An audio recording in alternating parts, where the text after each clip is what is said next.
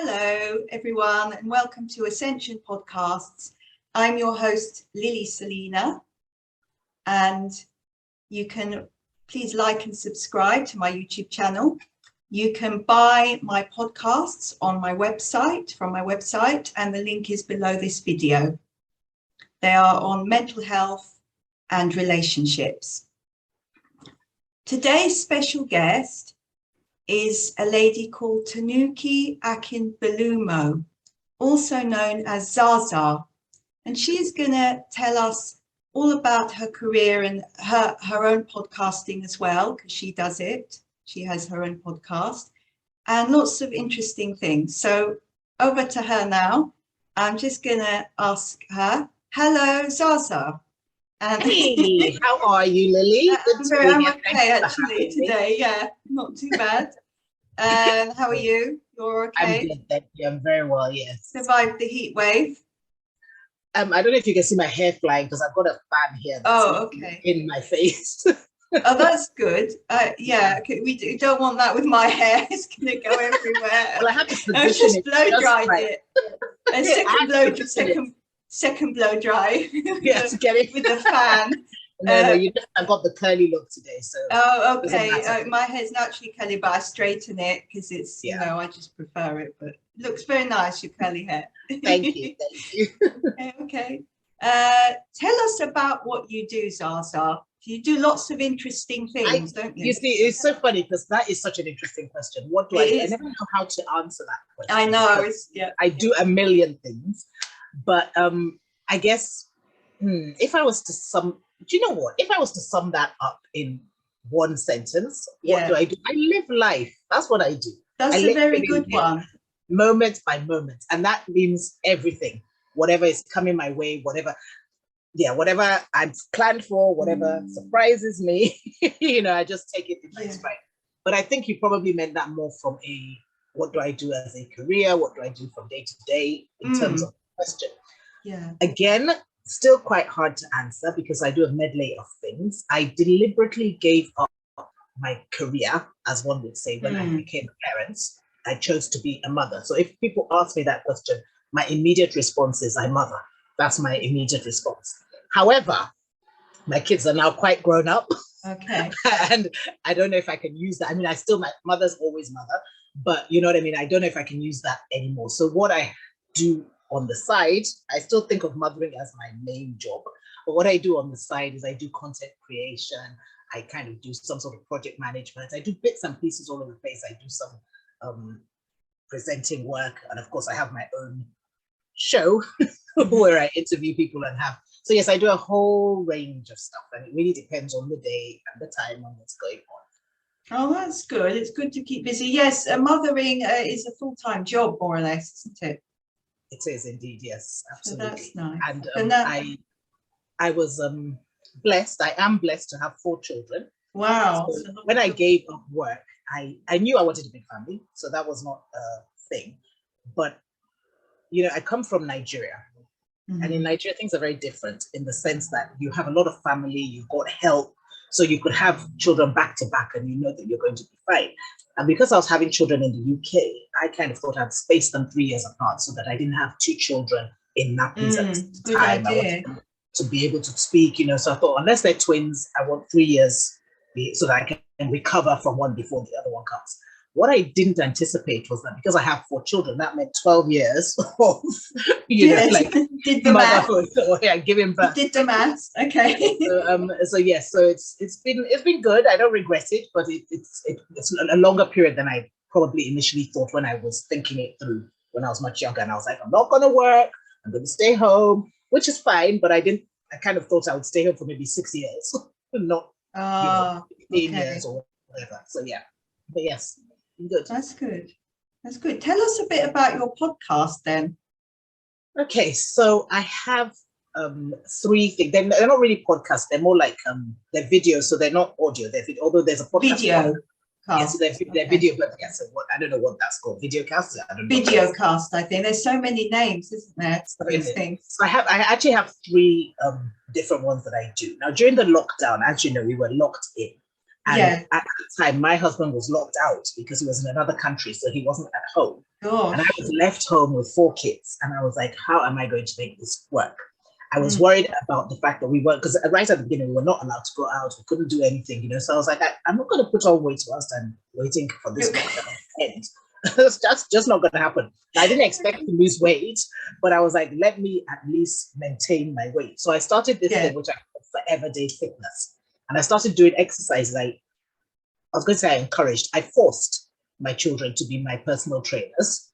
And I literally every day, we would go into the garden. Thank God we have a garden. We'd go into the garden and we'll do some exercise that they would do for me. And I filmed it all and I put it on Instagram. And that became my Forever Day Fitness thing, which has now changed it because I did it every day then. But you know, I'm sure you know this, the editing of the videos, it just takes forever. And I was literally doing, can I say a good platform, a better platform is TikTok, because I'm doing TikTok videos now. So yeah, now I know better. that. Yeah, now I know that. At the time, I didn't even. Okay. We're finding out from the young. I had to find out from my 16-year-old niece what TikTok was. So I actually knew what it was, but I didn't really realize its capacity, what it could do. I vaguely Sorry, go ahead. I was going to say I vaguely knew what it was, but we're learning about all this modern stuff, aren't we, from the youngsters?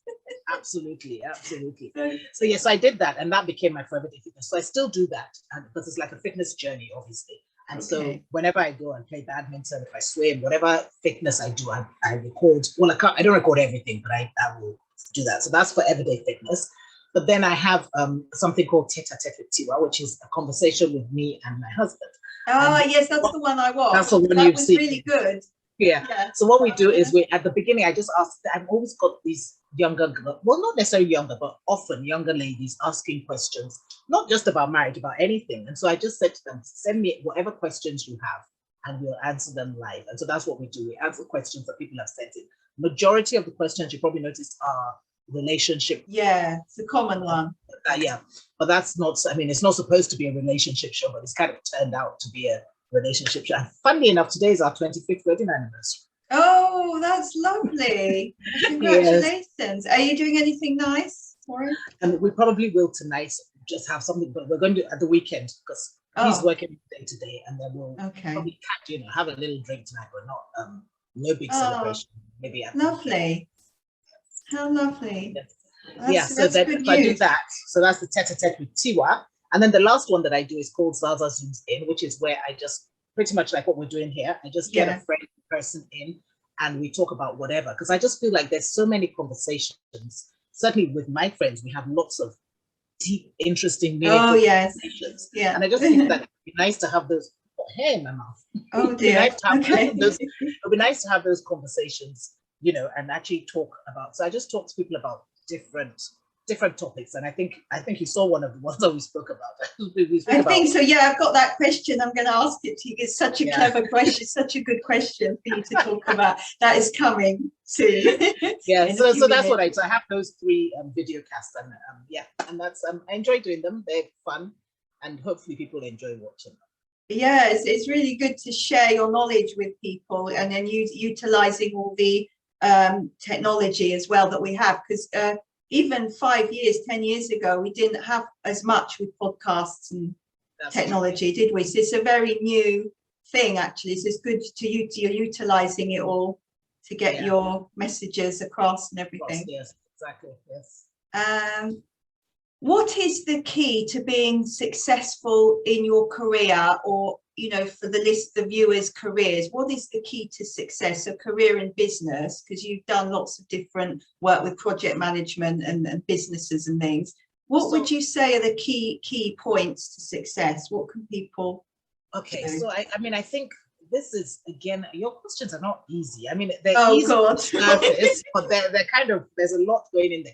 So I think for me, I can only answer from my point of view. And I think that for success, for me, what success is, I guess it depends on how you define success. Exactly. So if I was defining success, it means that it's something that I'm happy doing, something that I'm good at doing, and something that is helping others or blessing others. That's brilliant. So that's how I would define success. So to answer your question, having defined success like that, then I would say things like, okay, do you like what you're doing? Now, sometimes I understand that people are in jobs and things that they have to do because they have to pay the bills, as opposed to they like doing it. So sometimes it's a season, you can't necessarily do what you want. But even if you're in that season, I feel like there must be something in that job that you need to find. You have to find the good and what you enjoy about it, and that, like, hold on to that to get you through the season until you can do what you love to do. And there's a quote, and I don't know who said it, that said, if you do what you love or what you're passionate about for work, then work is never work, because every day you're doing what you love doing. And I've misquoted that, but essentially what they're saying is, do something you love as your job, and then it's never going to seem like you're going to work. And that's really key, if you do something that you love. But I also think that hard work is so essential. I think it's something that we forget about, because people see successful people. And, you always say, there's this thing that we say in my community, they say, oh, you see the testimony, but you don't see the test. So it's like you see all the good, but you don't know what they've gone through to get to good. And, you want the good, but you don't know how they've suffered on the way to the good. So I think hard work is a key thing for success in whatever area. I mean, I'm a Christian, so I firmly believe that everything that you do it to the best of your ability. You do it because you're doing it to represent God, and you want to, to do it as well as you can. And so hard work is key. You have to literally put your head down and do the work. So do the work, love what you do, and I think that if you're doing that, a lot of time it will bless somebody else. Always, I think things are, all your gifts and your talents, I believe, are not for you. They're for the other people who you can bless with them. So yes, you have all these gifts, you have a wonderful voice to sing, but you're not supposed to sing for yourself. You're supposed to sing for others. And I know you have a lovely voice. And thank you. So all the different things that you have, they're gifts and talents that are given to you, but I believe that they're not for you personally. Of course, you get for yourself, but they're for other people. So in everything you're doing, I'm always like, okay, how is this helping the next person? How is this, and I think for me, that's what success is. If I can help someone, if I can enjoy what I'm doing, and if I can work hard at it. It's a really good answer. Thanks for sharing that with us. Okay, now for the exciting question. So this is a question that Zasaa had on one of her video casts, I think. She did it with a friend. I watched it. They're very interesting, very good discussions. The question was, what can you do if you are no longer attracted to your spouse? And I just laugh when I listen to it. I just want to laugh. So you've got a husband or a wife. What do you do if you no longer find them attractive? Oh my goodness. I mean, this was a really almost controversial question. It's very good. Yeah, controversial. But it's the reality. And I think a lot of people, and that's what I try to do on my shows, talk about things that people probably don't want to talk about. Because and I always try to make sure, so like the lady I was talking to about it is still attracted to her spouse. But, I don't necessarily talk to the right. We just talk about it from like, if it was us. Now, obviously, again, because I'm a Christian, I come from the point of view that if you're in a marriage, you've kind of gone into that marriage for life. So if you're no longer attracted to him, it kind of needs to be sorted out, because you're in this thing for life. You can't just leave. So I think there are many things to say about that. The first thing is that the attraction doesn't stop like that. It's probably it's taken a little while to happen. So one of the things that I always say about marriage is that you have to nurture your relationship, because like anything, it's a living, every relationship, not just marriage, every relationship is a living thing. And if you don't nurture it, it will die. So if you're nurturing your marriage and you're talking, you're communicating, before it gets out of hand, you should be able to have caught that, okay, if it's about putting on weight or if it's about whatever it might be, you should have been able to catch it beginning to happen and catch it before it gets to the point where it's a problem. But pretend you haven't, yes? And it now becomes a problem. And what we were saying in that in that video was that you kind of need to be, number one, honest with yourself, that actually I don't find him attractive anymore. And number two, honest with him, but with love, with kindness. Because, can you imagine your spouse coming to you and saying, well, I'm no longer attracted to you? That would devastate you. So you can't, it's just not right. And if you really love this person, if he is your spouse, then surely you don't want to hurt him in that manner. So it's almost like, and men and their egos, I mean, I'm talking from a female perspective. I'm sure there are men that are no longer attracted to their wives, but from a female perspective, men and their egos, you just don't want to bruise their ego or damage their ego, because there's so many repercussions that will come as a result of that. So you have to be very careful how you do. But I really feel like it's the sort of thing. So let's say it's putting on weight, for example. Get involved in how, look at what you're cooking for him. If you're the one cooking, look at what you guys are eating at home. Think about how you can exercise together, that sort of stuff. You know what I mean? That's a good idea. Yeah, because I feel it becomes, and then the other thing I think about marriage is that it's not his problem, it's our problem. Because again, from a Christian perspective, you're talking about two become one. So we're in this together, we're going for life. When he has a problem, it's my problem. When I have a problem, it's his problem. So it now becomes our issue. And then we work out how we're going to solve it. But we can't do that until we've communicated it to each other. And we know and that communication has to be done in love, in kindness, and, as a support system, not as a, oh my God, I don't want you anymore, but as a, I'm struggling. How can we make this work? Also, what is attraction? Because there's different types of attraction, isn't there? There's the ones where it's really quick and intense, but it burns out. But then there's ones that you can actually, like a slow burn, it gradually, like a fire building over time. Yeah, and I think I think we actually said that in that thing, that it's a very strange, because obviously it's a question we got, so we're answering the question. But it would have been nice to speak to the person in more detail, the person asking the question, to really understand. Because from my point of view, it's like you can't. Hopefully, you didn't marry the person because of the way they look. Exactly. You know what I mean? So attraction is more than just a physical appearance. And what we weren't sure of was when the lady in question was no longer attracted to her spouse, was it actually physical attraction? Was it, because I think sometimes we will, you know how it is when you meet someone and they're average looking, but they're the kindest, loveliest person. All of a sudden they become beautiful on their own. Yes. And it's energy, it's the energy. It's the energy, yes. And the same thing when someone is stunningly beautiful, but they're a right bitch.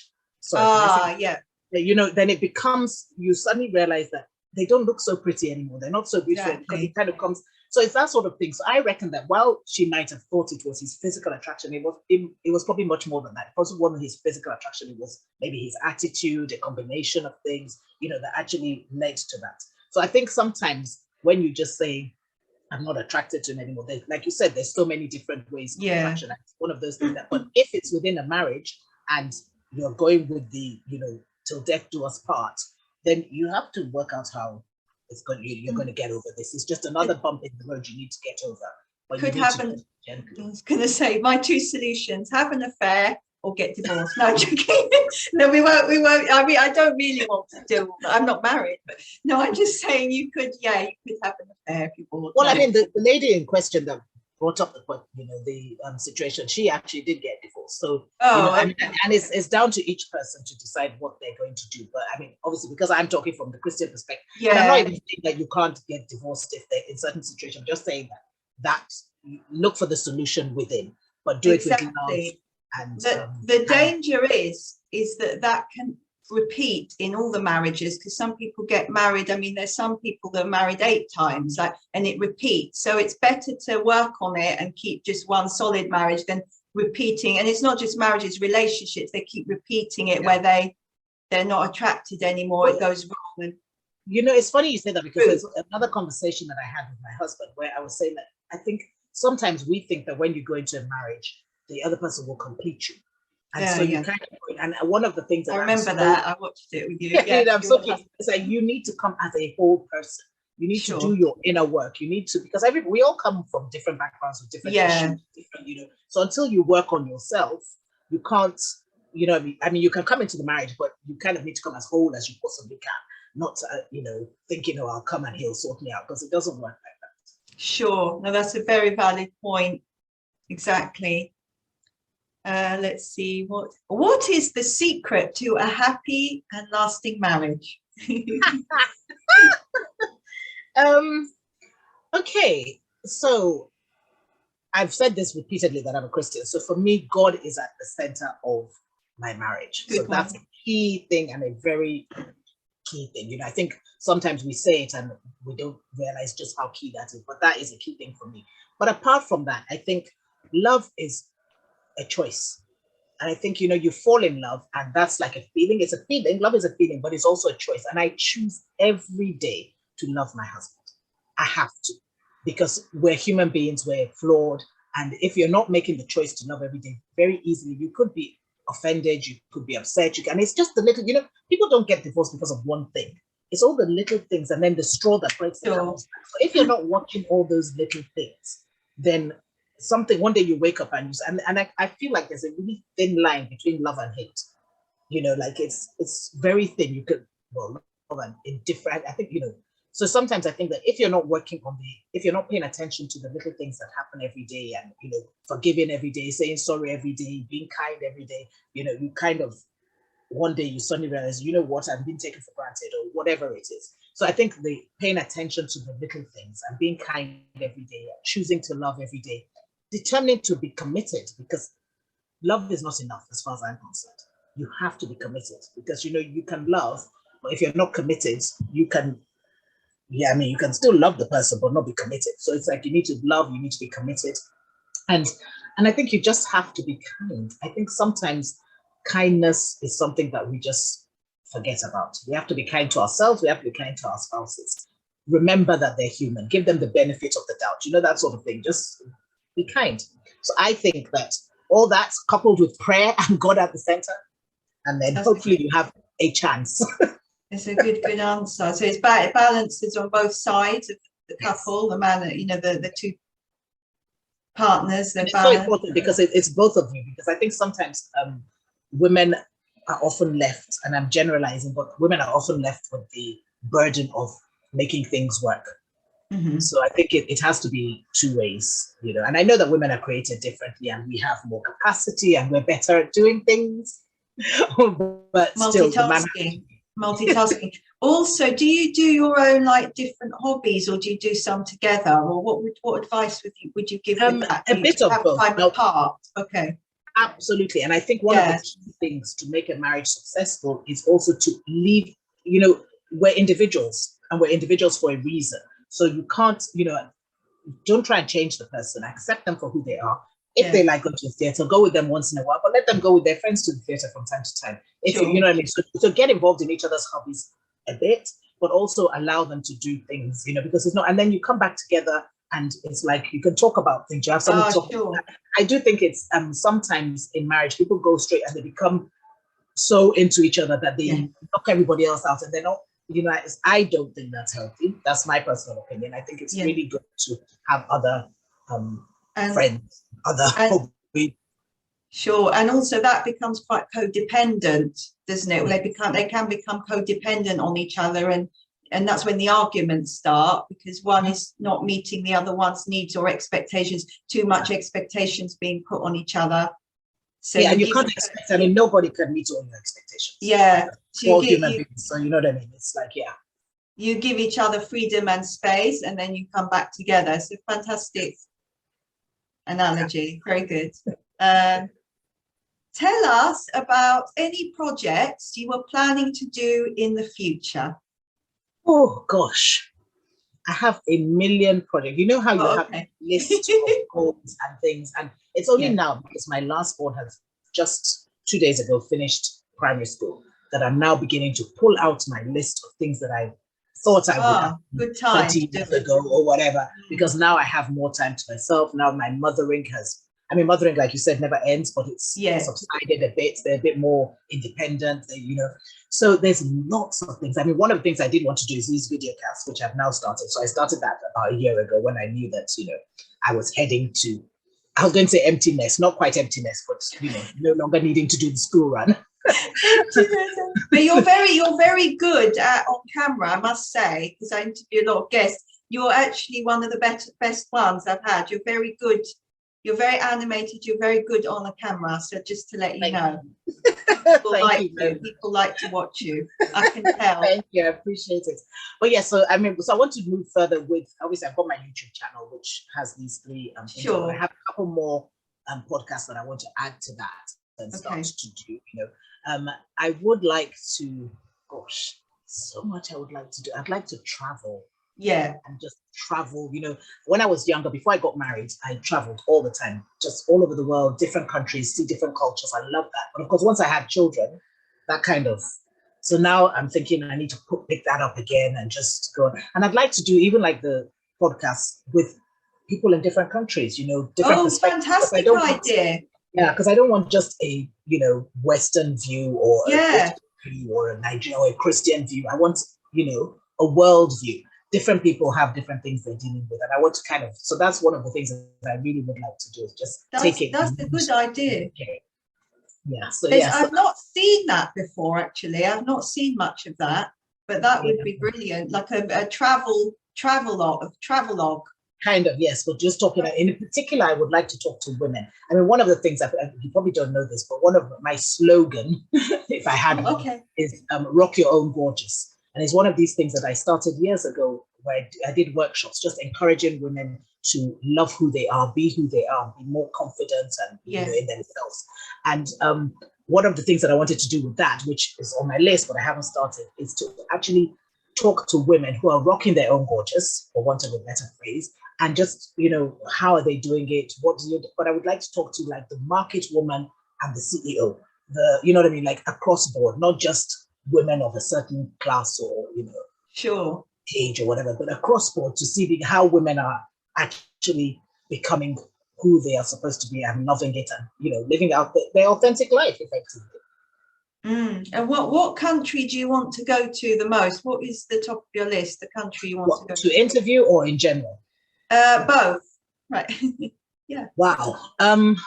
So to interview, I think I would like to go to South America, Africa, you know, the places that are not so much third world, but are not considered, I mean, third world, I guess they fall into third world, but where people don't really think, well, I'm assuming here, but a lot of people haven't seen what women are up to in those countries. So I'd like to go to those type of countries to like focus on that.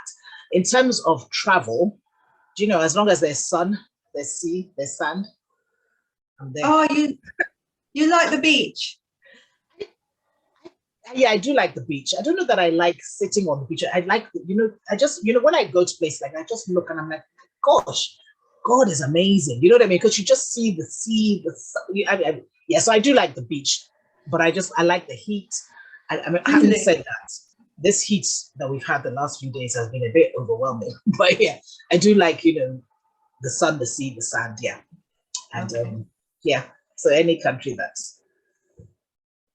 but I would love to go to every country in Africa. That's one of my dreams, to visit every African country. How long do you think that would take you?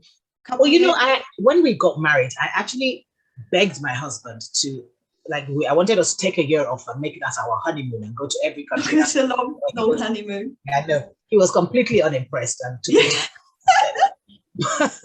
but it's something I've always wanted. So I don't know. I mean, I don't think I could do it in one go, but if I could say, like, you know, every 2 years, I mean, twice a year I go somewhere. I don't know. Oh, that's a good plan. Yeah, very good.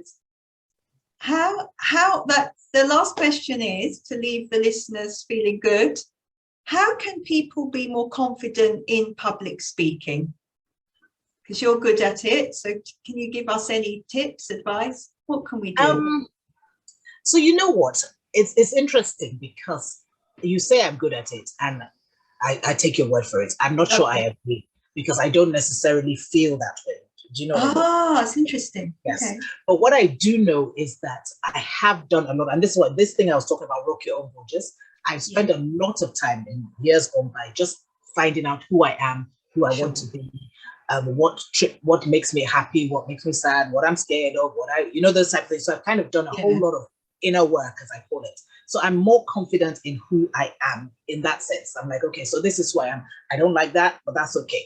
I like that, but that's okay. So so I think when you have a bit of a balance, a confidence in who you are anyway, it helps. Now, again, I'm sorry I keep bringing it up, but because I'm a Christian, I'm then confident in the fact that, you know what, Jesus loves me. I am a child of God, and that makes me special. So that gives me an extra confidence, right? So I have those things. But despite the fact that I have those, it doesn't mean that it makes it easy. So I still have to kind of take a deep breath, step up and do it. You know what I mean? It's almost like, Yeah. I remember hearing, I think it was Beyonce. Beyonce said she has an alter ego, Sasha Fierce or something. Yes, I remember you talking to me about that. Yeah. So it's almost, yeah. So it's almost that sort of thing where, and I remember when she said it, everybody was like, what is she talking about? But I completely identified with her. It's like, you just kind of breathe in and say, okay, now it's Tinuke, the one who can talk confidently, and you go and you do that. You know, okay, here's Zasaa, I will do it. And then you finish and you go back to, you know what I mean? So it's not because someone was saying to me, is that inauthentic? I don't think it is. I think it's just putting on the armor that you need to do what you need to do and then taking it back off, if you know what I mean. So, so I do think that to answer your question, a lot that will help is just finding out who you are and being confident in being okay with who you are. Because I think particularly for a lot of women, we're not okay with who we are. We're always trying to be like somebody or to be, and I 100% believe in improving yourself, in being the best version of yourself, in being better. But I think so often we are doing that trying to be like someone else, not trying to be the best version of ourselves, but trying to be more like Lily. You know what I mean? So it's like, no, try and be the best version of yourself. You can't, there's something that we always say, stay in your lane. When you're running your race, run in your lane, because you don't know what is in, everybody has a separate lane. So don't look in someone else's lane and think, oh, I wish I could be like her, because you don't know what, like I said, the test, you don't know what she's gone through to be there. Just stay in your lane, run your race, run the best you can, and then see what, So I think that there's a lot to be said about just knowing who you are, and that.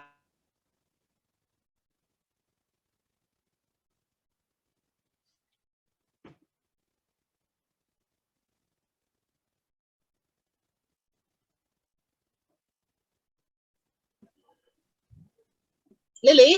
Oh, I can hear you. Oh, sorry, where did you lose me? You were frozen. Where did you lose me? Slightly, no, you can carry on. It was about staying in your own lane and yes, so finding your own identity. Exactly. And so I think that when you know who you are, yes, there are bits you want to change, there are bits you want to improve, but when you accept who you are as a core person, your values, your beliefs, etc., it gives you a confidence to be able to stand and speak your truth. That's fantastic. Yeah, so it's the whole person, your whole being, finding your true identity, yes, who you really are, being confident in that, and then that project also is delivering something to help the audience. So if you're thinking about the audience, how can I help them? Then that takes the focus off you. That's how I do it. yeah, exactly. Yes. Yeah, because you think, I mean, that's what I was saying about always thinking about how you can bless the next person. So that's the same thing that you're saying. Yes, you said that earlier with the success, and that's very true. That's fantastic. Oh, thank you so much, Zasaa, for welcome, Lily. Thank you for having me. It was fun, nice chat. Yes, it's very good. And if you want to watch Zazaa's YouTube channel or videos, or email her a question, all the links are under this video. Thank you so much for watching Ascension Podcasts. And until next time, it's bye for now. Bye. Thanks, Lily. See you soon. Thank you, Zasaa. See you soon. Bye. Bye.